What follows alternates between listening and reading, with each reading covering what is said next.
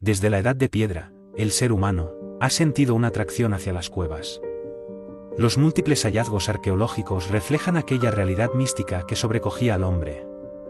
Los milenios avanzaban, y las cuevas adquirían un concepto relacionado con lo sagrado, con las deidades. Pasaron de ser simples habitaciones de refugio o de arte rupestre, como la Cueva de la Nariz en Moratalla, región de Murcia, para convertirse en verdaderos santuarios donde rendir culto a sus dioses.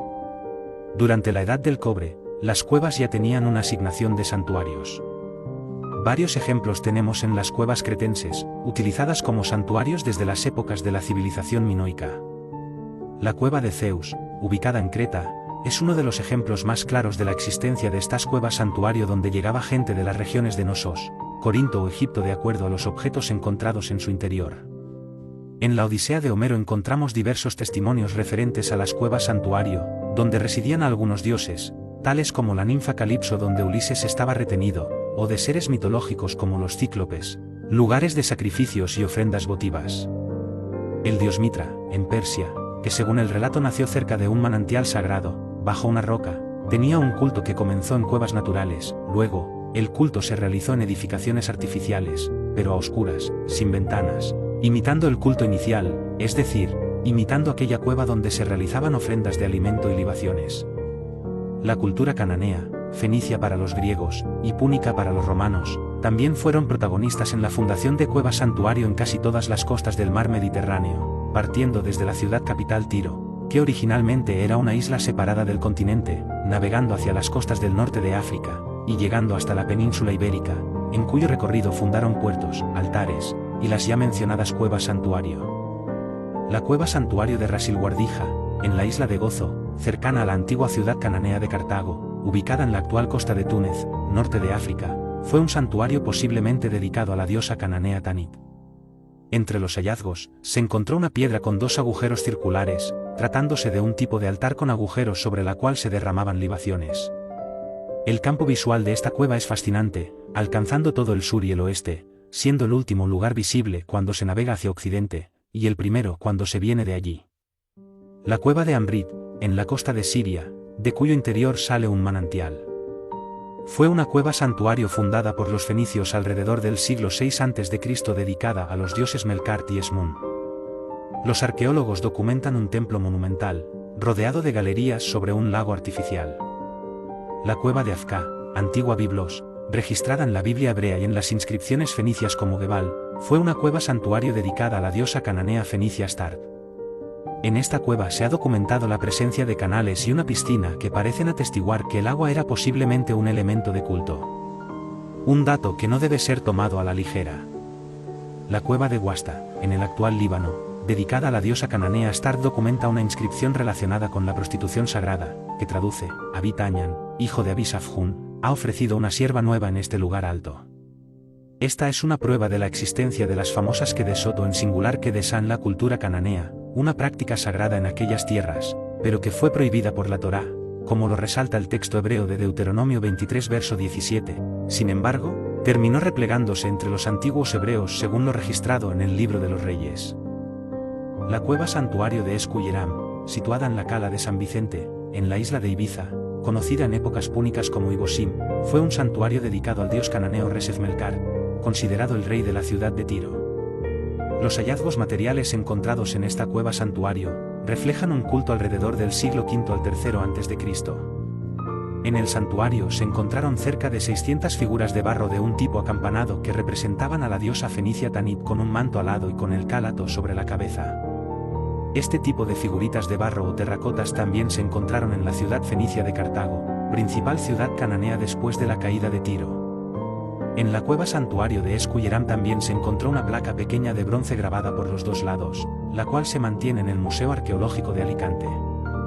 La placa tiene una inscripción fenicia datada entre el siglo V y IV a.C. En el reverso de la placa, está una inscripción en escritura neopúnica del siglo II a.C., y dedicada a la diosa Tanit, relacionando a esta cueva directamente con la diosa, además del dios cananeo Melkart ya mencionado. Por último, tenemos la cueva de Goram, conocida por escritores antiguos como Calpe, situada en el acantilado oriental del Peñón de Gibraltar. Es una cueva natural, se puede llegar a ella desde el mar directamente, porque su entrada está en el borde del agua. Tiene una estructura rocosa erigida delante de la entrada que pudo ser interpretada por los navegantes griegos y fenicios como un falo, relacionándolo como el símbolo de fertilidad del dios Falo. El culto realizado en la cueva de Goram está fechado a finales del siglo IX a.C. Entre los hallazgos se documentan diversas ofrendas de origen fenicio oriental, y las producciones de ánforas de barniz rojo fenicias de la costa mediterránea andaluza del horizonte. Además del material ya mencionado, se encontraron cerámicas procedentes de colonias fenicio-cneníes en Tartesos, mencionada en la Biblia hebrea como Tarsis o Tarsis. También la presencia de hogueras, huesos y conchas permite distinguir a esta cueva como un lugar para ritos, ofrendas de alimentos y libaciones por parte de los navegantes fenicio-cananeos que necesitaban la protección de sus dioses, o como agradecimiento por la protección en el inhóspito mar. Necesario es resaltar que en la cueva de Goram se encontraron escarabeos de fabricación egipcia fechados entre los siglos 7 y 6 a.C., también documenta inscripciones que enaltecen el poderío y señorío del dios Amón-Ra, figuras de Horus en forma de halcón. A partir del siglo V, la fabricación egipcia es sustituida por escarabeos de elaboración fenicia, como sucedía en Cartago, Ibiza, entre otras regiones que se convirtieron en colonias fenicias cneníes. En el Museo de Gibraltar se conservan 12 piezas que los especialistas consideran de fabricación fenicia representando a divinidades egipcias como la diosa Isis, Horus, entre otros, lo que demuestra el enorme intercambio cultural que abrigó también a los habitantes autóctonos de la isla de Ibosim, Gadir actual Cádiz, etc.